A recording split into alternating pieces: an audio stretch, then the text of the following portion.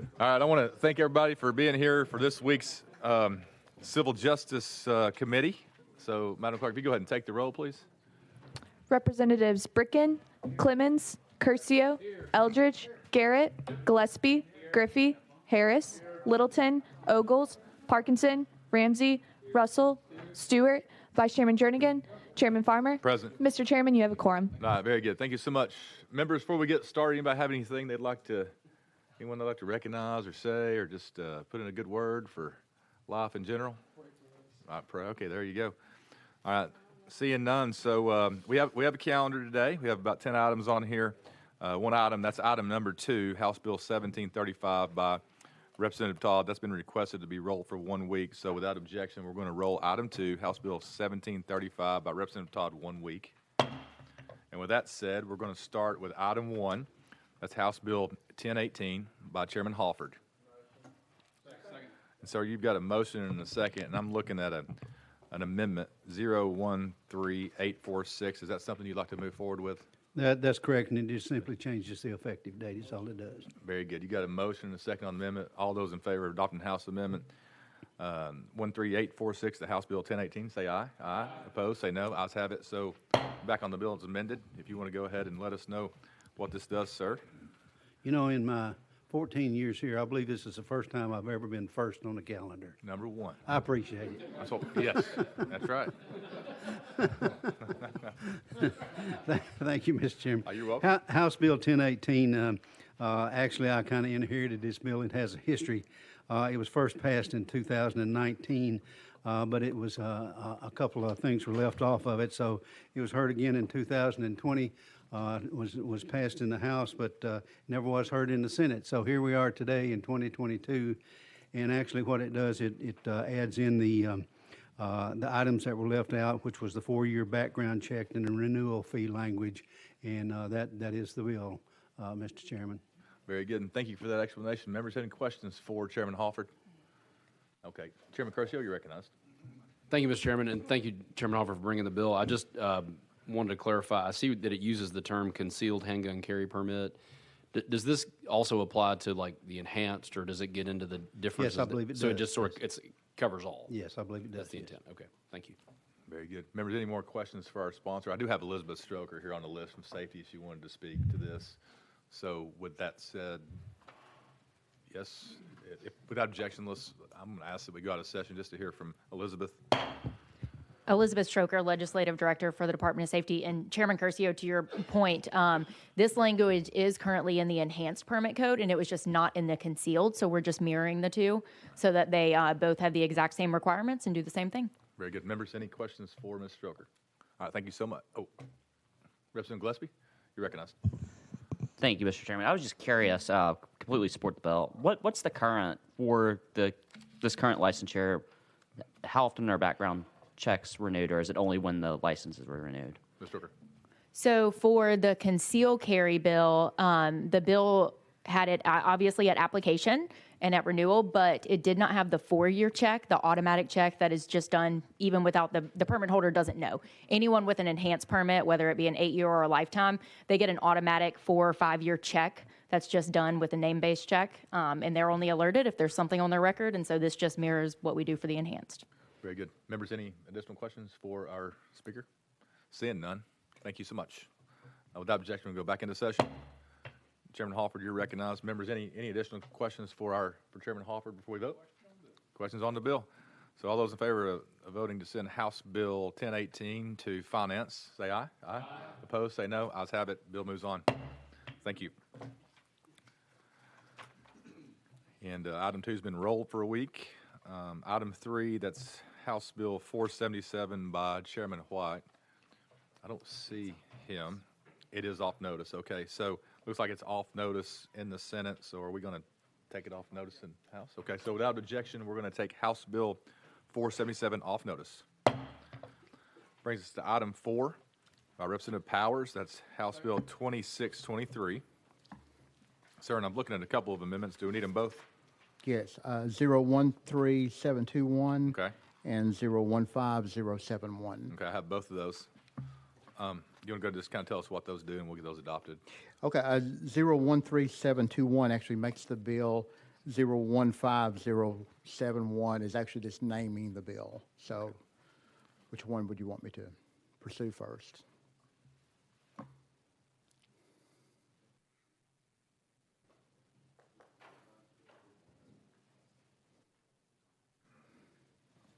And I've been told that they both rewrite the bill and Okay. that we only need 015071. Okay, okay. Does that sound So, accurate? yes, so 015. Very good. So 071, okay. Very good. Motion. Okay. Get them second on the amendment. So all those in favor of adopting House Amendment 015071 to House Bill 2623, say aye. Aye. Opposed, say no. Ayes have it. Now we're back on the bills amended. Okay, this bill is actually known as the, and that was the name of the second, third degree, and it's visitation rights only. Under current law, grandparents and great-parents have the right to petition for visitation of a child. This bill would actually expand that to aunts, uncles, great-aunts, and that's why we went back and put the second and third degree for visitation rights. Unfortunately, as you all know, many marriages end up in divorces and have a lot of drug problems, and what happens a lot of times is extended families end up actually raising children, and then at some point, one or both of the parents may cut off the visitation rights. So it has nothing to do with custody. It would just allow that second and third degree group to petition. They would still have to petition the court, and it still have to be in the best interest of the child, and they'd have to have that relationship with the child to even get visitation rights. It could be supervised or unsupervised, depending on what the court says. And with that, Mr. Chairman, I renew my motion. Very good. And I have Representative Stewart. You're recognized, sir. Yeah, my question is, has any other state done this? Yes, I have. Sorry, I have a list of those. I think there was like 5 other states at this time. And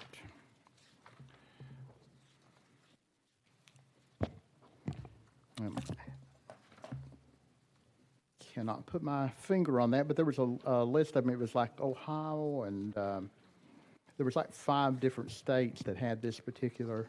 Okay. Because this is where I got a lot of the language from. Yeah, Representative Stewart, go ahead. And I appreciate you looking at that. I tell you, I have a little concern about this. Obviously, a well-intended bill, and I see where you're going. Are there any safeguards? I mean, I guess my concern is that traditionally parents have control over their children. Sure. Grandparent visitation was very controversial when it came through, and I thought for good reason, because ultimately the parent should, have the con when it comes to raising a child. You're right that there are these difficult situations where people, other than the parents, raise the children.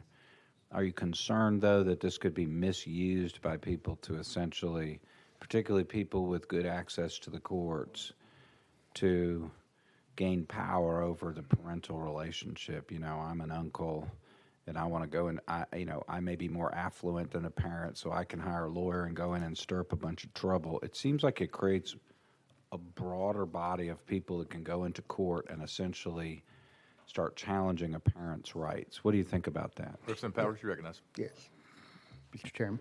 Well, thank you for the question. Yes, I don't really have a concern because they're going to have to petition the court, and it's only for visitation rights only. So it wouldn't have anything to do. The parents would still have control over that, but it's only for visitation rights, and it can be supervised or unsupervised. So it's not really going to affect any type of custodial rights. Representative Stewart, any follow-up? Yes, just one. So it sounds like you're saying this is only for visitation, and you're not going to amend it in such a way to give anybody any economic rights or any rights to control the child. Right. Okay, well, that does sound limited. I guess we'll put our faith in the courts and hope that they can regulate this. Because, and I know you agree with me, we all want parents ultimately to have control over their children, and even well-meaning people have to be kept out of their hair, generally speaking. Right. Okay, thank you. Okay, thank you. Very good. Next on the list, I have Chairman Russell. Thank you, Mr. Chairman. And sponsor, what if the children doesn't want visitation rights or visitation with these people? Representative Powers. Then it wouldn't be allowed. Yeah, the court would have to take that in consideration, that they didn't. They have to already have an established relationship with them, and they would also have to. The courts would have to look at it and make sure it was in the best interest of the child. So if the child did not want that, no, that wouldn't happen then. Very well, thank you. Very good. Members, anyone else? Representative Garrett, recognize.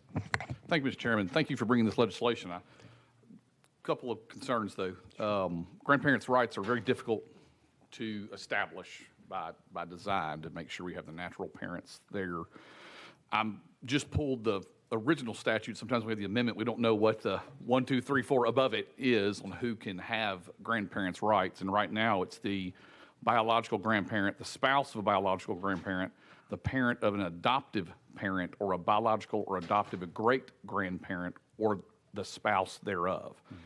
The reason why I pulled that up is because my concern with putting aunt, uncle, and then others is, what if aunt and uncle get a fight with grandmother or grandfather, and then we have aunt and uncle fighting over who should get priority over custody of these children that we know we want more people to make sure, but what if we have a fight with the people we're listing here, you know, between family members, which, believe me, unfortunately, that can happen.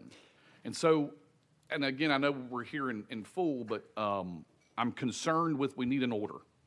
If first the grandparent has first rights, right, and then if it's the other grandparent, or at least a grandparent, they've got to be the ones that have priority before we get to aunt and uncle. Because what we're going to do is, we're going to say, okay, maybe not aunt and uncle, but let's go to cousins. If it's not cousins, let's go to third cousins. Now, I understand we've got to have a substantial relationship with the child that we're talking about, but I'm worried about family members coming in and fighting over this child. What if there's, I don't know, a significant inheritance or something, and they've got nefarious reasons why they all of a sudden want to be the custody or legal person over this particular child, and we have family members that are fighting. And so I don't know if it's worth putting in a priority or something to that effect that says grandparents first, they've got the first rights, and then these other people can come in if the grandparents don't exercise their rights first. Okay. Representative Powers. And thank you for that question. I understand completely. Even that group that you're talking about that are already in there could probably get into some arguments. But this, and you mentioned the word custody a couple of times, has nothing to do with custody. It's only visitation rights. It's only when they stop allowing an uncle or an aunt or whoever, you know, that family member that would fit in that second or third degree, when they just stop allowing them to even see the child supervised or unsupervised. Nothing to do with custody, though. So it wouldn't really affect that. But if we need to put an order in there, of course, I'd be glad to do that. Right. Representative Garrett, any follow-up, sir? Yes, the child doesn't know the difference between custody and visitation. So it's not necessarily the parents of what we're calling it. So when I refer to custody, I'm more or less referring to the child, because the child doesn't distinguish between the two. Right. So when they're forced out of wherever they are and they've got to go somewhere else, it's custody to them.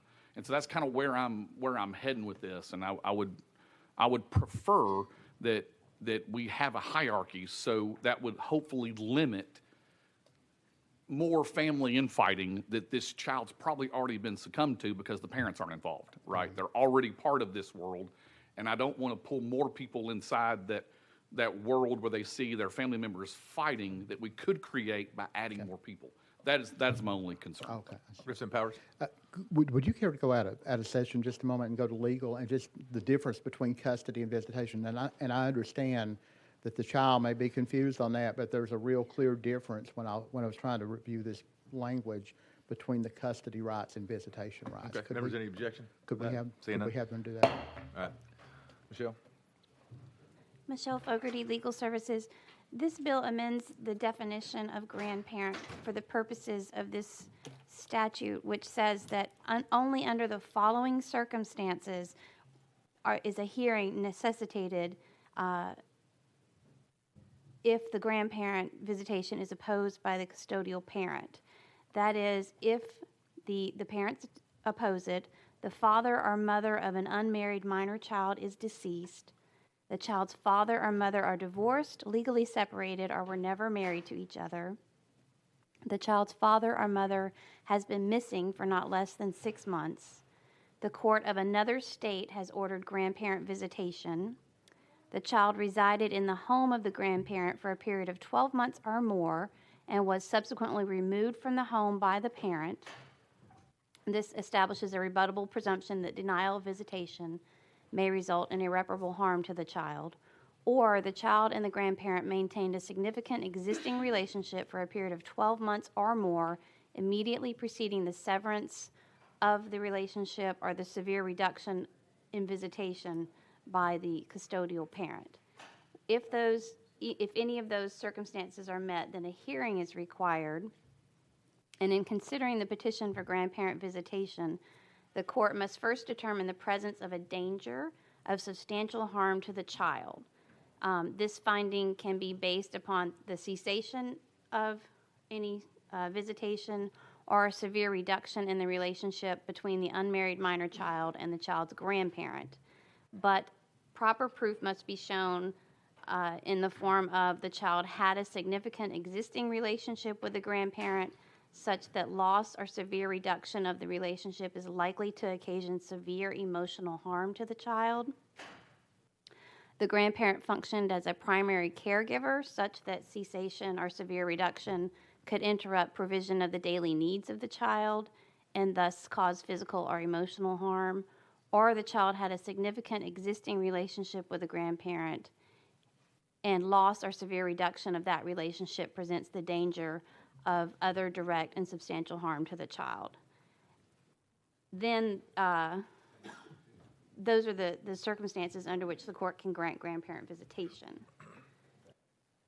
And I think that, is there a difference in visitation and custody? I think that was really the. Sorry. Well, custody is who has legal guardianship of the child. Visitation would just be temporary time spent with the child. Did I answer your question? Yes. Representative.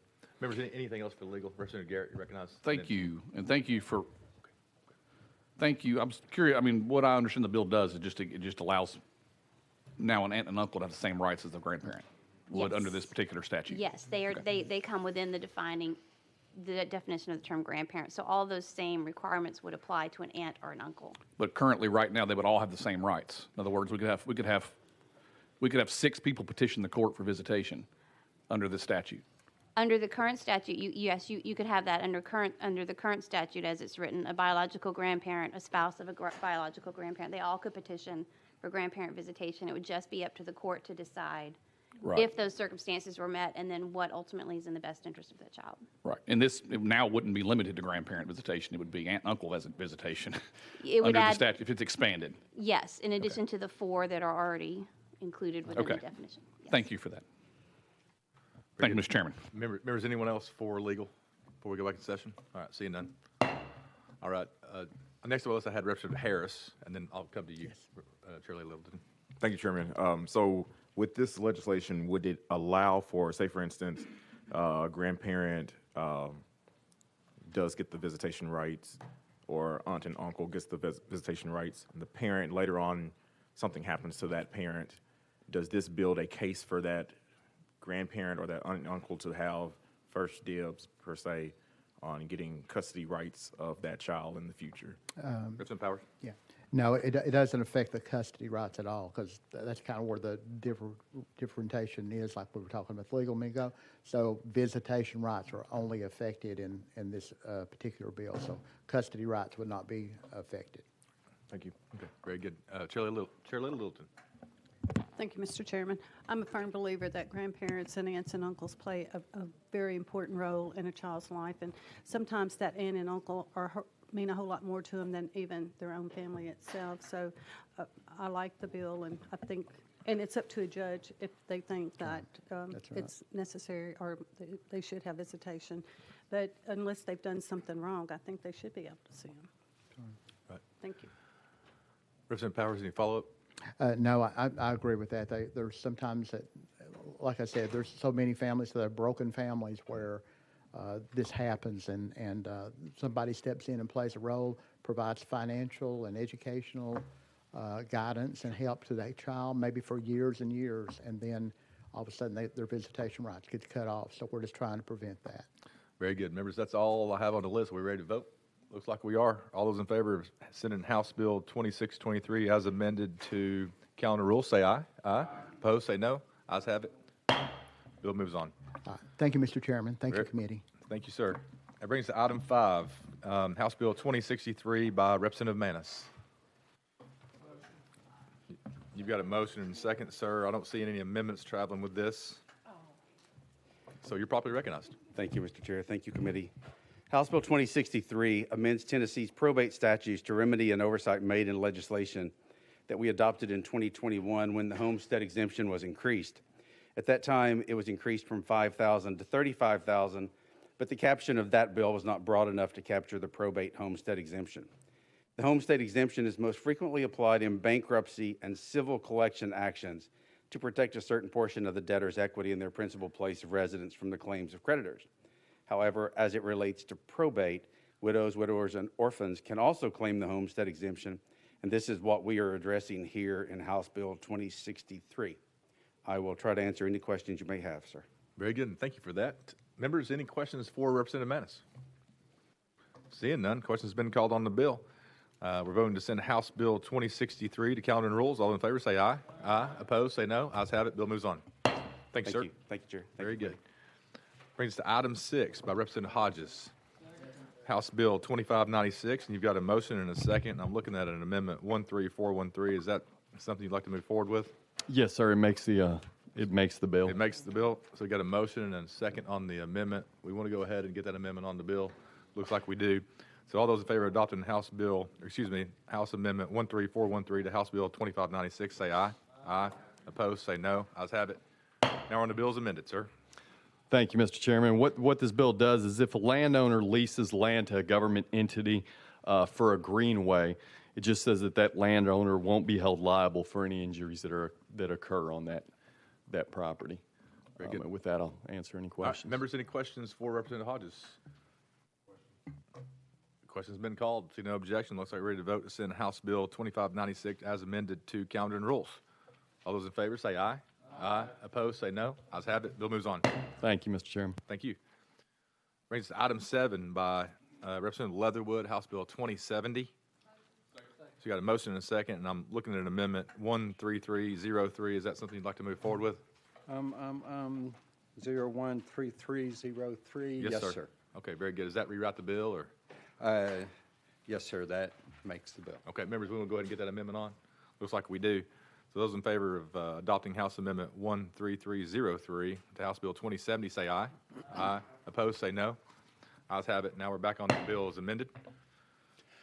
Thank you, Mr. Chairman, committee. Recognized. This bill was brought to me by the Tennessee Bar Association, the adoption section, and a lot of it is just cleanup, but other parts do make some changes. It adds some convictions for certain offenses to the definition of severe child abuse by a parent, and it makes just various changes regarding the termination of parental or guardianship rights. Very good. Members, do we have any questions for Representative Leatherwood? I'm not seeing any hands. All right. Looks like Representative Stewart, you're recognized. When do the records become available? Is it 10 years or 100 years? In this bill, it would say after 100 years, Okay, the records perfect. would become available. That's good. Would Okay, become thank you. public. Yep. Okay, very good. Members, anyone else? All right. Looks like we're ready to vote to send House Bill 2070 as amended to Calendar and Rules. All those in favor say aye. Aye. Opposed, say no. Ayes have it. Bill moves on. Thank you. Very good. That brings us to item number 8. That's House Bill 2353 by Representative Garrett. You got a motion and a second, sir, and I'm looking at a couple of amendments here, I've got 14263 and 14900. I'm moving Amendment 14900. Very good. Does that rewrite the bill? It does. All right, you got a motion and you got a second. Members, we want to go ahead and adopt this amendment so we can get moving. Looks like we do. All those in favor of adopting House Amendment 14900 to House Bill 2353, say aye. Aye. Opposed, say no. Ayes have it. Now we're back on the bills amended, sir. Thank you, Mr. Chairman, members of the committee. This is the annual trust legislation that is brought to me by the Tennessee Bankers Association in conjunction with assistance from the Tennessee Bar Association. As you all are probably aware, I think this is my third or fourth legislation to help improve our trust laws from the past 5 or 6 years. We've become a state that has $25 billion under trust, a couple of $100 billion over trust, because we do this every single year and we hit this particular legislation because trust is a creature of statutes. And we want to make sure we keep up with the trending times.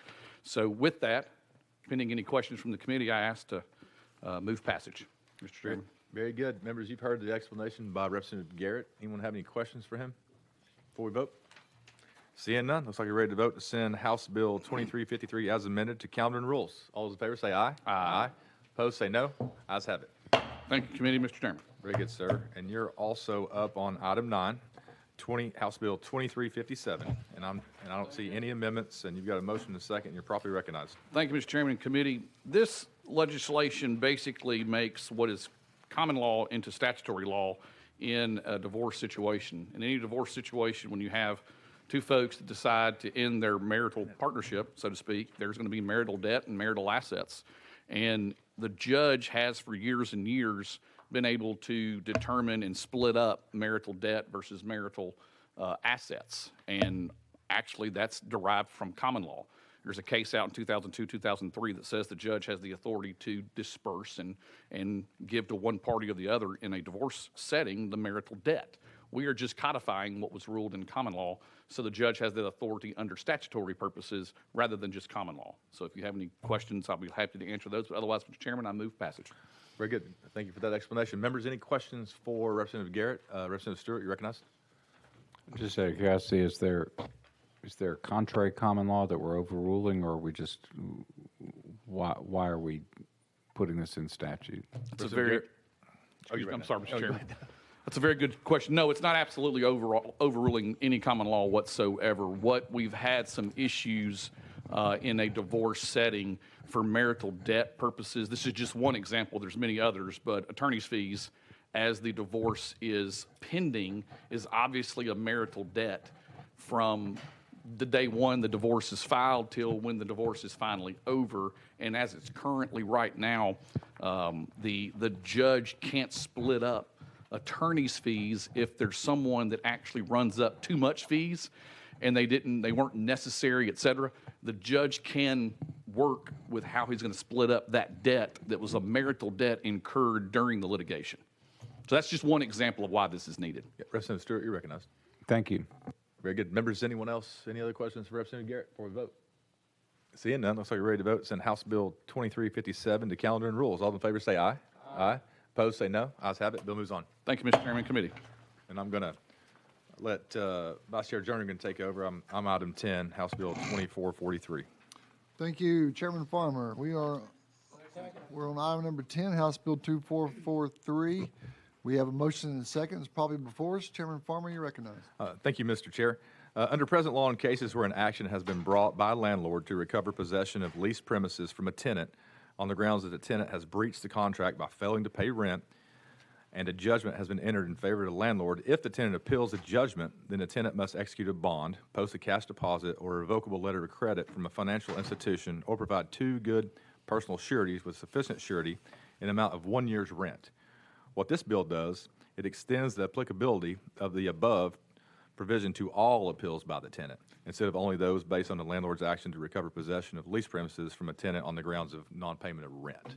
So this extends that for any appeals beyond that of just the non-payment of rent. So that's what it does. So members, if you have any questions, I'll be more than happy to try to answer those. Members, you heard the explanation from the chairman. We do have Representative Clemens. Thank you, Mr. Chairman. And so what the purpose for that bond, when somebody has failed to pay the rent, I certainly understand you're trying to protect the interest or the financial interest of that landlord. But if the tenant has shown no propensity to fail to pay rent or no history of failing to pay rent, why are we requiring that surety in other matters? I guess why are we expanding it on that last part? Chairman, you recognize. Well, in my opinion, Representative Clemens, I think that it's just fair. You know, if a tenant's going to have, if a landlord's going to have a property tied up in an appeals action, I think it's only fair that so the financial component of that is there, and whether it's, of course, in that situation, there's been a breach of the contract, there's been a breach of the lease, so I just think that I think it's fair. Representative Clemens. And that's even if the tenant is still residing in the property and still paying rent during the appeal. Chairman Farmer? That is my understanding. That's correct. Thank you, Mr. Chairman. Thank you. Okay. Representative Garrett, you're recognized. Thank you, Mr. Chairman. Chairman Farmer, thanks for bringing this legislation. I've been involved in several detainer warrants where, it's been a minute since I've done this, but the appeal process, they pay a $250 bond right now, and they can literally, for lack of a better word, hold the landlord's property for a while hostage, and then once you get to the circuit court, if you ever get a hearing, you lose the ability potentially to add more damages because they are basically becoming what is commonly known as a squatter on your property, and there's nothing that says how long that court process could take in order to get to a trial once you appeal it from general sessions to circuit court. It's a completely different ballgame from small claims court to circuit court. So this legislation is going to help those to make sure if they do appeal that they've got a good reason to appeal, for whatever various issues they're having under the contract, but also they got to put up a year's rent because we know litigation doesn't happen expeditiously like we would all like to. So I appreciate the legislation. Thank you very much. And thank you for that. I appreciate you helping me with that explanation. Thank you. Members, any further questions? Seeing none, we're going to vote on House Bill 2443 to go to calendar and rules. All those in favor say aye. Aye. Those opposed? One no. The clerk heard that. Ayes have it. And you're off the calendar and rules. Chairman, turn it back to you. Very good, members. That's all we have for today, unless somebody wants to do something different. All right. With that said, we'll be adjourned to next week.